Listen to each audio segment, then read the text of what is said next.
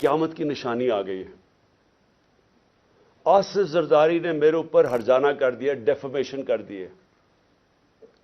Defamation کا کیا مطلب ہوتا ہے؟ کہ میری ریپوٹیشن کو نقصان پہنچایا گیا ہے, اس لیے میں عدالت میں جا رہا ہوں. آصف زرداری صاحب, سب سے پہلے جب یہ عدالت میں کیس جائے گا, میں تو بڑا شکر کر رہا ہوں کہ آپ عدالت میں آئیں گے. سب سے پہلے وہ آپ سے پوچھیں گے کیا آپ کی کوئی ریپوٹیشن ہے جو خراب ہوئی ہے, اس کو نقصان پہنچ سکتا ہے.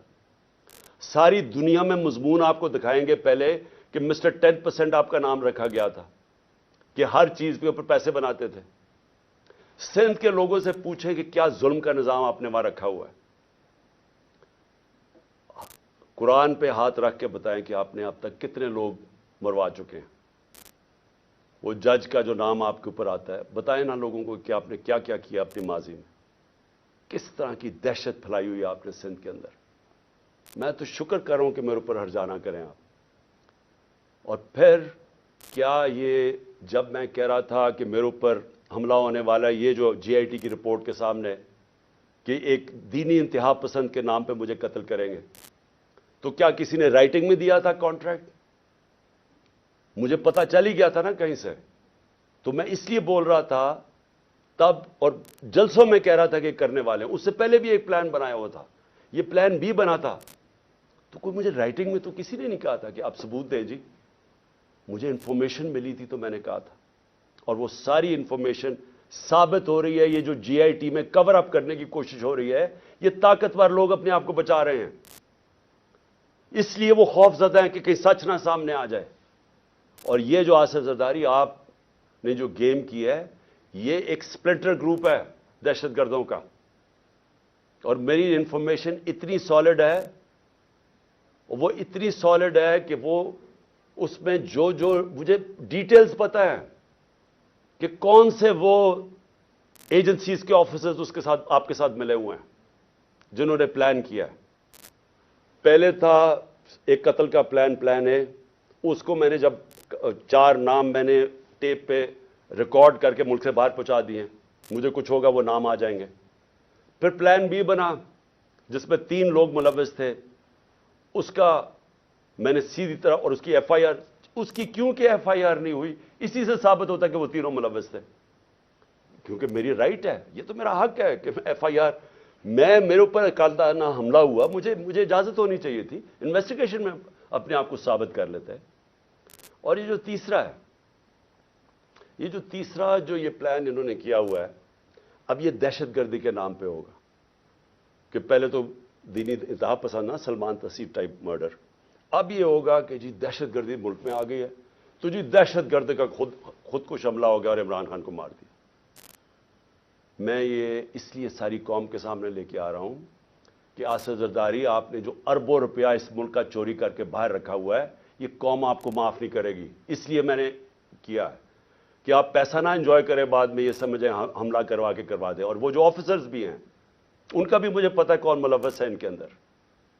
اور اس لیے میں پہلے سے لوگوں کو آگاہ کر رہا ہوں, اور میں بڑا شکر کر رہا ہوں کہ اس آدمی کو میرے ساتھ عدالت میں کھڑا کرو.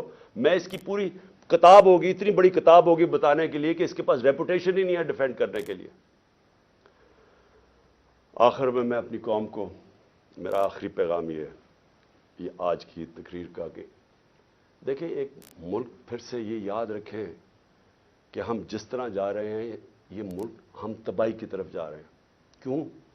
کیونکہ ہمارا ایک بہت بڑا, جب پاکستان بنا تھا, اس کے پیچھے ایک بڑا فلسفہ تھا, اس کے پیچھے قربانیاں تھیں, اس کے پیچھے ایک بڑی خواب تھی. اس ملک کو بنانے کے لیے ساری دنیا, مسلمان دنیا میں خوشیاں ہوئی تھیں. مجھے البینیا کا پرائم منسٹر ملا ایک دفعہ, اس نے کہا کہ ہم قائد اعظم کی تقریریں سنا کرتے تھے, اب وہ فوت ہو گئے, ہم ریڈیو پہ سنا کرتے تھے. اور نیلسن منڈیلا نے کہا کہ وہ قائد اعظم کی تقریریں سنتے تھے کیونکہ وہ سارے آزادی کی جنگ میں ملوث تھے. اور اس نے کہا کہ مٹھائیاں بانٹی گئیں البینیا کے اندر جب پاکستان بنا. یہ ساری مسلمان دنیا میں ایک ہوپ آئی کہ ایک ایسا ملک بنے گا. اس وقت سب سے بڑی پاکستان کی آبادی تھی مسلمان ملکوں میں. بدقسمتی سے, ناانصافی کی وجہ سے ایسٹ پاکستان علیحدہ ہوا. تو اس وقت سارے لوگوں نے امید لگائی ہوئی تھی کہ ایک ایسا ملک آئے گا جو لیڈ کرے گا مسلمان دنیا کو. ہم کدھر پہنچ گئے وہاں سے؟ ہمارے پاس یہ چور اوپر بیٹھ گئے آ کے, پیسے ان کے باہر پڑے ہیں, ملک کا ان کو کوئی فکر ہی نہیں ہے. روپیہ 90 روپیہ ڈالر مہنگا ہو گیا ہے ان کے 9 مہینے میں. ان کو کیا فائدہ ہوا؟ ان کو کیا نقصان ہوا؟ فائدہ ہی فائدہ, نقصان زیرو, کیونکہ ان کے ڈالرز میں پیسے پڑے ہوئے ہیں باہر. ان کے تو ڈالر اور ان کی ویلیو اوپر چلی گئی, انہوں نے تو پیسہ باہر رکھا ہوا ہے, ان کو تو فائدہ ہو گیا. نقصان ہماری طرح کے پاکستانیوں کو ہو رہا ہے جن کا جینا مر رہا ہے یہاں ہے.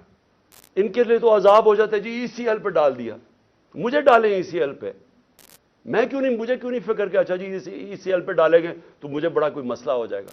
ان کو کیوں مسئلہ ہے؟ کیونکہ پیسے گننے ہوتے ہیں, پراپرٹیز باہر دیکھنی ہوتی ہیں, بڑے بڑے ہیرڈ جیسی جگہ پہ شاپنگ کرنی ہوتی ہے, بڑے بڑے باہر ریسٹورنٹس میں جب اتنا بڑا پیسہ آ جائے تو وہ خرچ بھی کرنا ہے نا, وہ پاکستان میں تو نہیں ہو سکتا.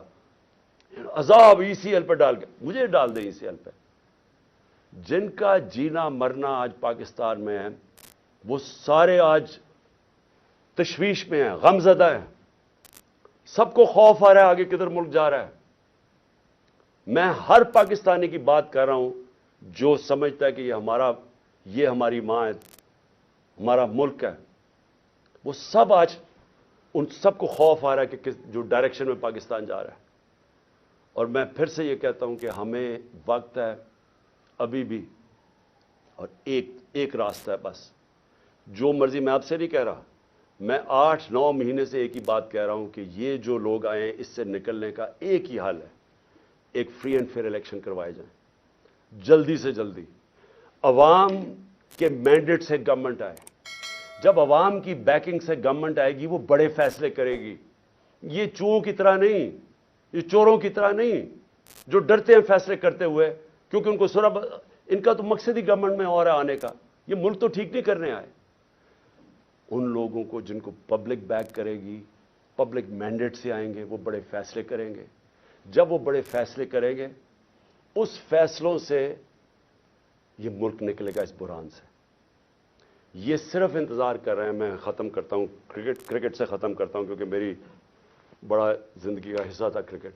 یہ میچ ایسا ہے, یہ میچ کھیلنا چاہتے ہیں ان کے اپنے امپائر, اپنے سلیکٹروں, اپنی پچ ہو, اپنا تھرڈ امپائر ہو. قانون یہ بیچ میں میچ کے بدلتے رہے, دیکھ رہے ہیں نا, دوسری ٹیم شاید جیت نہ جائے, قانون بھی بدلتے ہیں, قانون بھی گیم کے یہ بدل رہے ہیں. اور جو مخالف ٹیم ہے اس کے کیپٹن کو یہ جیل میں ڈالنا چاہتے ہیں, اس کی اچھے پلیئرز کو یہ ان کے اوپر مقدمے کر کے ان کو باہر رکھنا چاہتے ہیں ٹیم سے. باقی جو ٹیم ہے ان کو کوئی پولیس ڈنڈے شنڈے مار کے کسی کی ٹانگ توڑ دی, کسی کا ہاتھ توڑ دیا. اوپر سے جب یہ سمجھے گے نا کہ اب یہ ٹیم بالکل ہی اب نکارہ ہو گئی ہے, تو پھر وہ 12th مین جو باہر لندن میں بیٹھا ہوا ہے, وہ جب سمجھے گا نا, وہ اتنا ڈرپوک آدمی, وہ صرف تب واپس آئے گا جب وہ سمجھے گا اب ٹیم قابل ہو گئی ہے کہ جناب میں اب نیلسن منڈیلا آ کے اب میں جیتوں. ایسے ہونا نہیں لگا, کیونکہ ایک اور امپائر ہے مالک یوم الدین, وہ فیصلہ کر بیٹھا ہے. آپ جو مرضی کر لیں, میچ آپ نے ہارنا ہے. پاکستان زندہ باد.